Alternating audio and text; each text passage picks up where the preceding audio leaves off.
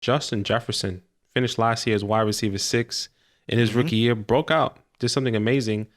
Zach, you publicly said that he is the wide receiver 1 last year during week 5, and now you're going to tell everyone to avoid him.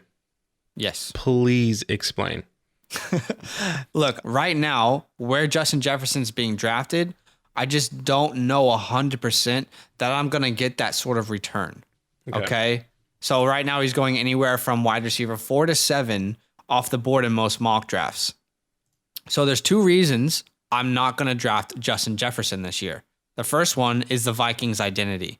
Okay, this is a team who has Kirk Cousins, Dalvin Cook, Mike Zimmer. Kirk Cousins, a guy you don't really want to throw the ball more than 25 times a game.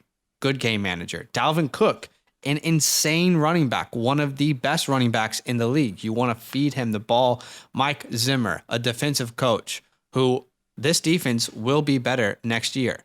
Okay, right. This is a team who wants to run the ball 30 times a game. They don't want to throw the ball with Kirk Cousins. They don't want to have to rely on that. They want good defense, and then they want to be able to do the play action plays. Surely they want to throw the ball, though. They got JJ. Well, that's not the kind of identity I see in this team, personally, especially as a head coach of Mike Zimmer. Okay. Defensive coach, this defense going to be better.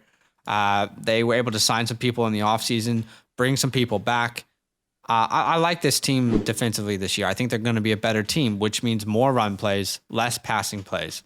And the second reason is his ADP versus his upside. Okay. Again, I tend to look for the upside and value when drafting, not drafting players at their ceiling. Okay. You're drafting Justin Jefferson in the 2nd round, in the 3rd round. You're really drafting him at his ceiling. Personally, I don't see a way that he repeats his performance from last year. I don't think he finishes as a top 6 wide receiver. He's my wide receiver 8. Yeah. So I'm just not in the same boat as everyone else is. Look, I completely understand how, the defensive aspect, they're going to get better. This is a run-first offense. Dalvin Cook, has been, the main center of attention on that offense for a very long time. Obviously, Stephon Diggs is left. He wasn't as fantasy relevant. He was fantasy relevant, but wasn't as fantasy relevant as, as he is now, essentially. Okay. So, I'm trying to think of kind of arguments and comebacks and like a rebuttal, but I'm with you. I'm seeing him as a wide receiver 8. I'm not going to take him as high as a 2nd or 3rd. If he does fall to me at the right price, I completely understand.